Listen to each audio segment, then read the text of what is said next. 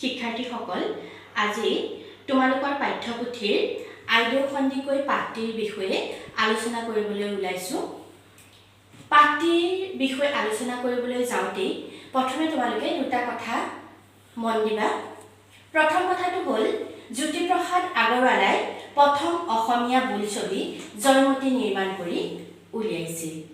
দ্বিতীয় কথাটো হৈছে জয়মতী বোলছবিৰ জয়মতীৰ চৰিত্ৰত আইদেউ সন্দিকৈয়ে অভিনয় কৰিছিল।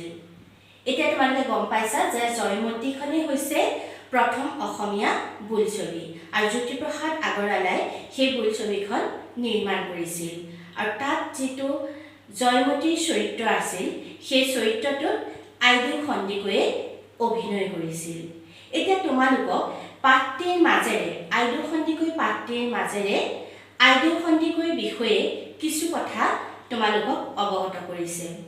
এতিয়া আমি পাঠটিনো কি আছে সেই বিষয়ে অলপমান আলোচনা কৰিম। 20 শতিকাৰ চতুৰ্থ দশকৰ কথা। শোণিতপুৰ জিলাৰ ভোলাগুৰি চাহ বাগিচাত ৰূপকোঁৱৰ জ্যোতিপ্ৰসাদ আগৰৱালাই প্ৰথমখন অসমীয়া বোলছবি জয়মতী নিৰ্মাণ কৰিবলৈ লৈছিল। জয়মতী নিৰ্মাণ কৰিবলৈ লৈ তেওঁ নানান অসুবিধাৰ সন্মুখীন হৈছিল। আটাইতকৈ ডাঙৰ অসুবিধাটো আছিল মহিলা শিল্পীৰ ক্ষেত্ৰত। আহোম ৰমণী জয়মতী কুঁৱৰীৰ চৰিত্ৰত অভিনয় কৰিবলৈ উপযুক্ত মানুহ বিচাৰি নোপোৱাত তেওঁ বৰ চিন্তিত হৈ পৰিছিল।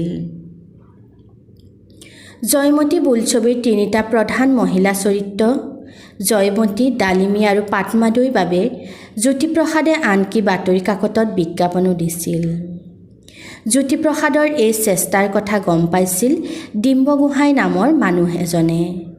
ডিম্বগোহাঁইৰ হাতত থকা কেমেৰাৰে সম্বন্ধীয়া ভনীয়েক এজনীৰ ফটো তুলি জ্যোতিপ্ৰসাদ আগৰৱালালৈ পঠিয়াই দিছিল। ফটোত ছোৱালীজনীৰ মুখখন দেখি জ্যোতিপ্ৰসাদ আগৰৱালা ইমানেই মুগ্ধ হৈছিল যে ডিম্বগোহাঁইক লগে লগে ছোৱালীজনীক লৈ আহিবলৈ ক'লে। ডিম্বগোহাঁই যিজনী ছোৱালীৰ ফটো তুলিছিল সেই ছোৱালীজনীৰ ঘৰ আছিল গোলাঘাট জিলাৰ মহুৰা মৌজাৰ পানীদিহিঙীয়া গাঁৱত। তেওঁৰ দেউতাকৰ নাম নীলাম্বৰ সন্দিকৈ আৰু মাকৰ নাম মা লক্ষী সন্দিকৈ।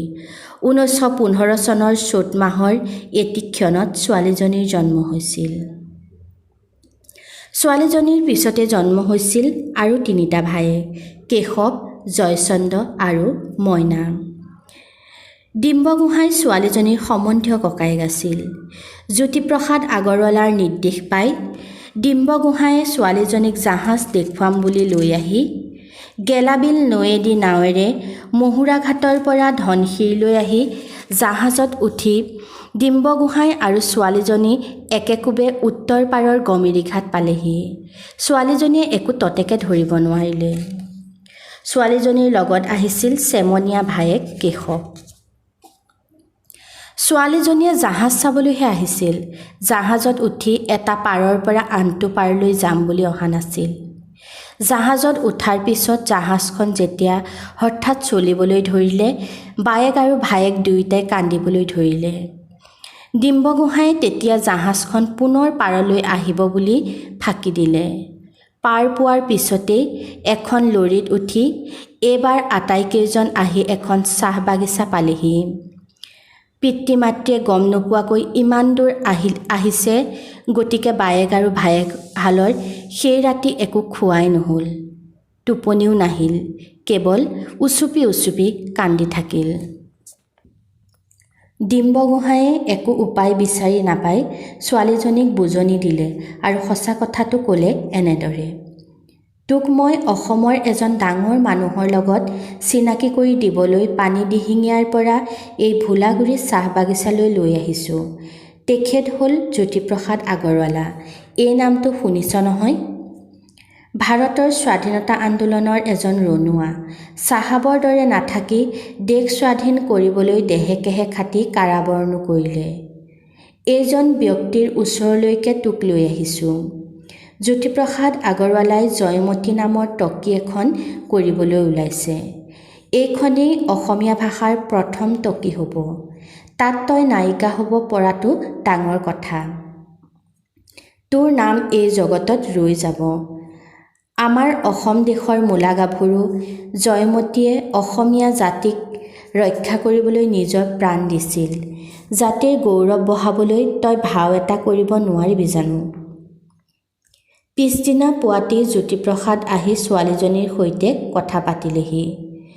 জ্যোতিপ্ৰসাদ আগৰৱালাই ছোৱালীজনীক বুজাই বঢ়াই শান্ত কৰিলে। তাৰ পাছত এখন টেলিগ্ৰাম কৰি ছোৱালীজনীৰ দেউতাকক জৰুৰীভাৱে মাতি পঠিয়ালে। সেই সময়ত অসমৰ গাঁৱে ভূঞে চহৰে নগৰে জ্যোতিপ্ৰসাদ আগৰৱালাৰ নামটো সকলোৱে জনা হৈছিল। তেনে এজন মানুহে তেনেকৈ টেলিগ্ৰাম কৰা কথাটো তেওঁ বৰ গৌৰৱ অনুভৱ কৰিলে। ছোৱালীজনী চিনেমাত অভিনয় কৰিবলৈ মান্তি হ'ল সঁচা, কিন্তু সমাজৰ বাবে এইটো আছিল একেবাৰে নিষিদ্ধ কথা। সমাজৰ ভয়ত দেউতাকেও প্ৰথমে থেৰুগেৰু কৰিছিল। কিন্তু জ্যোতিপ্ৰসাদ আগৰৱালাৰ বুজনিত সকলো সমস্যাৰ সমাধান হ'ল।